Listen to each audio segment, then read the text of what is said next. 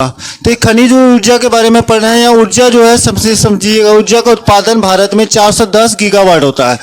और भारत का ऊर्जा उत्पादन में मामला में तीसरा स्थान है। पहला स्थान चाइना जो है, सबसे अधिक विश्व में सर्वाधिक ऊर्जा का उत्पादन कौन करता है? तो चाइना है। इसके बाद दूसरा स्थान है अमेरिका का, याद रखिए यूएसए का। अब ऊर्जा का उत्पादन जो होता है एसी में होता है, प्रोडक्शन एसी में होता है, सप्लाई जो होता है डीसी में होता है। मतलब जैसे एग्जाम्पल प्रत्यावर्ती धारा और दिष्ट धारा बोलते हैं, जैसे आप एग्जाम्पल समझते ही होंगे। जब उत्पादन हो जाएगा तो किस रूप में हो रहा है? एसी में। और सप्लाई जो होता है किस रूप में होता है?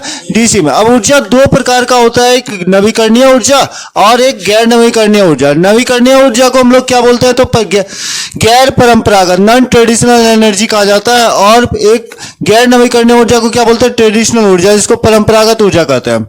अब समझिएगा, परंपरागत ऊर्जा एक तरह का ऐसा ऊर्जा होता है जो समाप्त हो जाता है, आने वाला समय में कभी ना कभी समाप्त हो जाएगा।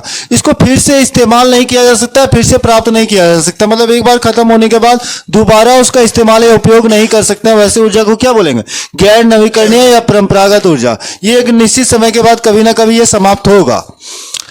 परंपरागत ऊर्जा और गैर नवीकरणीय ऊर्जा जो होता है काफी प्रदूषित होता है, प्रदूषण फैलाता है। जैसे कोयला, गैस, तेल, कोयला का ही प्रकार है। लिग्नाइट, एंथ्रासाइट, बिटुमिनस, ये सब कोयला का ही एक प्रकार है। तो लिग्नाइट कोयला या तेल या गैस या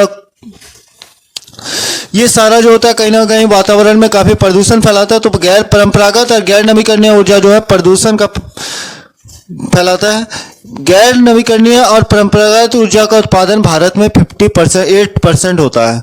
लगभग जितना ऊर्जा उत्पादन होता है उसमें 58% किसका है? तो परंपरागत और गैर नवीकरणीय ऊर्जा का है। अब सोचिए, नवीकरणीय ऊर्जा जिसको हम लोग क्या बोलते हैं? तो गैर परंपरागत ऊर्जा। नवीकरणीय ऊर्जा जो होता है कभी समाप्त होने वाला नहीं है, समय के साथ ये बढ़ता जाएगा। चाहे किसी भी तरह का इक्वल डिस्ट्रीब्यूशन होता है हमेशा पूरा वर्ल्ड में, किसी का ऐसा नहीं है किसी के पास ज्यादा है किसी के पास कम है, ऐसा नहीं है। इसका ये कभी समाप्त नहीं होने वाला। इसका फिर से उपयोग और फिर से इस्तेमाल किया जा सकता है। जैसे आप सौर ऊर्जा देखो, पवन ऊर्जा देखो, ज्वारीय ऊर्जा देखिए, ये सारा ऊर्जा जो है कहीं ना कहीं फिर से इसका इस्तेमाल और उपयोग किया जा सकता है। नवीकरणीय ऊर्जा, गैर परंपरागत ऊर्जा जो है प्रदूषण नहीं फैलाता है वातावरण में। और गैर नवीकरणीय परंपरागत ऊर्जा, नवीकरणीय ऊर्जा का उत्पादन सर्वाधिक कहां पर होता है? तो कर्नाटक, तमिलनाडु, गुजरात और राजस्थान। अब समझिएगा, नवीकरणीय ऊर्जा का उत्पादन जो है, बिजली जो उत्पादन होता है वो 42% भारत में होता है। अब भारत का गैर नवीकरणीय ऊर्जा का उत्पादन में चौथा स्थान है। अब सौर ऊर्जा बोलिएगा तो सौर ऊर्जा के मामला में भारत का चौथा स्थान है। और सौर ऊर्जा सर्वाधिक का उत्पादन कहाँ होता है? तो राजस्थान, दूसरा कर्नाटक में होता है। और पवन ऊर्जा का उत्पादन में भारत का भी चौथा स्थान है। पहला सर्वाधिक कहाँ होता है? तो पवन ऊर्जा का उत्पादन तमिलनाडु, दूसरा गुजरात में होता है। पवन ऊर्जा समझिए, पवन चक्की। सौर ऊर्जा तो पता ही हो, सोलर प्लेट, तो वो याद रखिएगा। अब यहाँ से इसके बाद पढ़ते हैं परमाणु ऊर्जा। परमाणु ऊर्जा जो होता है वो उत्पादन दो तरीका से किया जाता है, नाभिकीय संलयन या नाभिकीय विखंडन। नाभिकीय संलयन जिसको हम लोग बोलते हैं कि ना, किसी हर एक ऐसा एनर्जी होता है जो अपने आप में सभी चीज को संभाले, उसको हम लोग क्या बोलेंगे? नाभिकीय संलयन। जैसे तारों को ऊर्जा कैसे मिलता है? नाभिकीय संलयन से। सूर्य को ऊर्जा कैसे मिलता है? नाभिकीय संलयन। तो मतलब कहीं ना कहीं वो अपने और सभी चीजों को आकर्षित करता है, उसी को हम लोग क्या बोलते हैं? नाभिकीय संलयन बोलते हैं। तो हाइड्रोजन जैसे समस्थानिक ड्यूटेरियम एंड ट्राइटेरियम को संलयित कर ऊर्जा का उत्पादन होता है, जिसको हम लोग नाभिकीय संलयन कहते हैं। ये नाभिकीय संलयन से परमाणु ऊर्जा का उत्पादन होता है।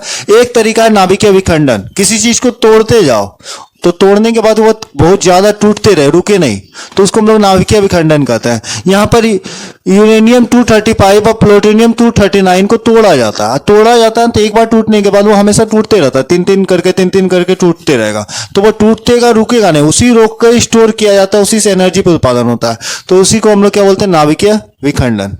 तो याद रखना, परमाणु ऊर्जा का उत्पादन दो तरीका से होता है, एक नाभिकीय संलयन, दूसरा नाभिकीय विखंडन। नाभिकीय संलयन में क्या होता है? तो हाइड्रोजन जैसे समस्थानिक ड्यूटेरियम और ट्राइटेरियम को संलयित किया जाता है।